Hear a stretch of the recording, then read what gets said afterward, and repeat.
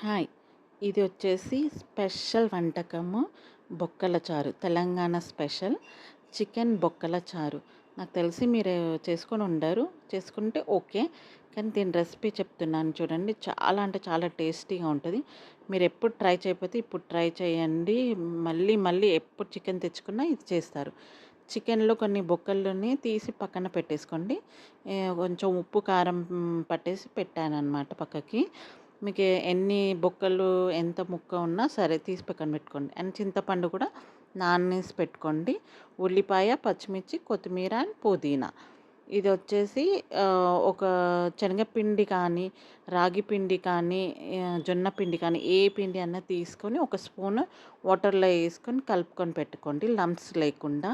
ఒక బాణీ తీసుకొని వేడయ్యాక కొంచెము ఆయిల్ పోసేసి ఆయిల్‌లో పోపు దినుసులు, ఆవాలు, జీలకర్ర అండ్ పసుపు వేసి కలిపి ఒక స్పూన్ అల్లం వెల్లుల్లి పేస్ట్ కూడా వేసి కలపండి. లైట్ బ్రౌన్ కలర్ వచ్చేంత వరకు. ఇలా లైట్ బ్రౌన్ కలర్ వచ్చినాక మనము కట్ చేసి పెట్టుకున్న ఆనియన్స్, పచ్చిమిర్చి, పుదీనా అండ్ కొత్తిమీర ఇవన్నీ కరివేపాకు కూడా వేసేసుకోవాలి. ఇంకొకటి ఇది చాలా అంటే చాలా టేస్ట్ ఉంటదండి. మీరు కొంచెం చింతపండు ముందే నానేసి పెట్టుకోండి. అది కొంచెం నానాలి కదా! మనం ఈ బోన్స్ ఉన్న చికెన్‌ని తీసి వేసేయాలి. కళాయిలో వేసేసి కొంచెం అటు ఇటు స్మాష్ చేసే అది కలుపుకోవాలి. కలుపుకొని కొంచెము ఒక మీడియం ఫ్లేమ్‌లోనే ఒక 3, 4 మినిట్స్ పెట్టుకోండి.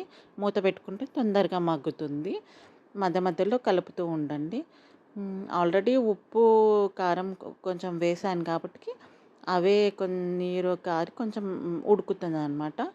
అలా మధ్య మధ్యలో మాత్రం కలుపుతూ ఉండండి. 4, 5 మినిట్స్ మాత్రం అలా ఉంచండి. కొంచెం ఇట్లా మెత్తబడింది ముక్క అని అనుకున్న టైంలో మీకు ఇంకా స్పైసెస్ ఎక్కువ కావాలనుకుంటే మాత్రం కారం వేసుకోండి. ఇది స్పైస్ ఎక్కువ వేసుకుంటేనే టేస్టీగా ఉంటుంది. అండ్ కొంచెం గరం మసాలా వేసుకోండి. ఉప్పు మాత్రం చూసి వేసుకోండి. ఇది వచ్చేసి ధనియాల పిండి. ఉప్పు మాత్రం చూసేసుకోండి. మీకు ఉప్పు తగ్గట్టు ఎంత ఎంత క్వాంటిటీ కావాలంటే అంత.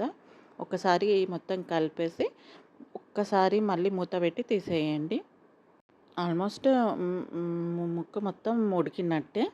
సో, మూత ఇట్లా పెట్టుకొని తెరుచుకున్నాక నెక్స్ట్ మనము చింతపండు గుజ్జు ఉంది కదా! దాన్ని పోసేయాలనమాట. చింతపండు తీసేసి మొత్తం పిండుకొని ఆ వాటర్ పోసేసుకోవాలి. అసలు చాలా అంటే చాలా యమ్మీగా ఉంటది. మీరెప్పుడన్నా ట్రై చేసి చూడండి. ఈ చారు చికెన్ బొక్కలు ఎక్స్‌ట్రా ఉన్నప్పుడు మాత్రం మీరంతా తీసేయకుండా ఇలా చారు చేసుకుంటే మాత్రం ఫుల్ టేస్టీగా ఉంటది. నన్ను నమ్మండి, ఒకసారి ఈ రెసిపీ మాత్రం ట్రై చేయండి.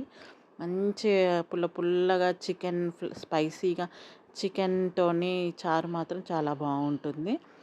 అంటే ఇట్లా ఒక మసిలినప్పుడు మనం కలిపి పెట్టుకున్న శనగపిండిది ఒక స్పూన్ శనగపిండి కలిపి పెట్టుకున్నాం కదా! అది ఇందులో వేసేసుకోవాలి. ఈ దాంతోని మాత్రం నిజంగా చాలా టేస్ట్ వస్తుంది. పిండితోని కూడా చాలా టేస్ట్ వస్తుందనమాట. లాస్ట్‌కి ఇంకొంచెం మిగిలి ఉన్న కొత్తిమీర వేసేసి గార్నిష్ చేసేసుకోవాలి. ఇంక ఒక్కటే ఉడికితే చాలు. ఎక్కువ ఏం అవసరం లేదు. కొంచెం సేపు ఇట్లా ఉడికితే చాలు. అండ్ ప్లీజ్ అండి, నా ఛానల్‌ని సబ్స్క్రైబ్ చేసుకోండి. కొంచెం సపోర్ట్ చేయండి. Please support my channel. And యమ్మీ అసలు టేస్టీ, స్పైసీ, ట్యాంగీ అసలిక చెప్పలేని వర్ణనాతీతం అనమాట ఈ చారు పోసుకొని తింటే.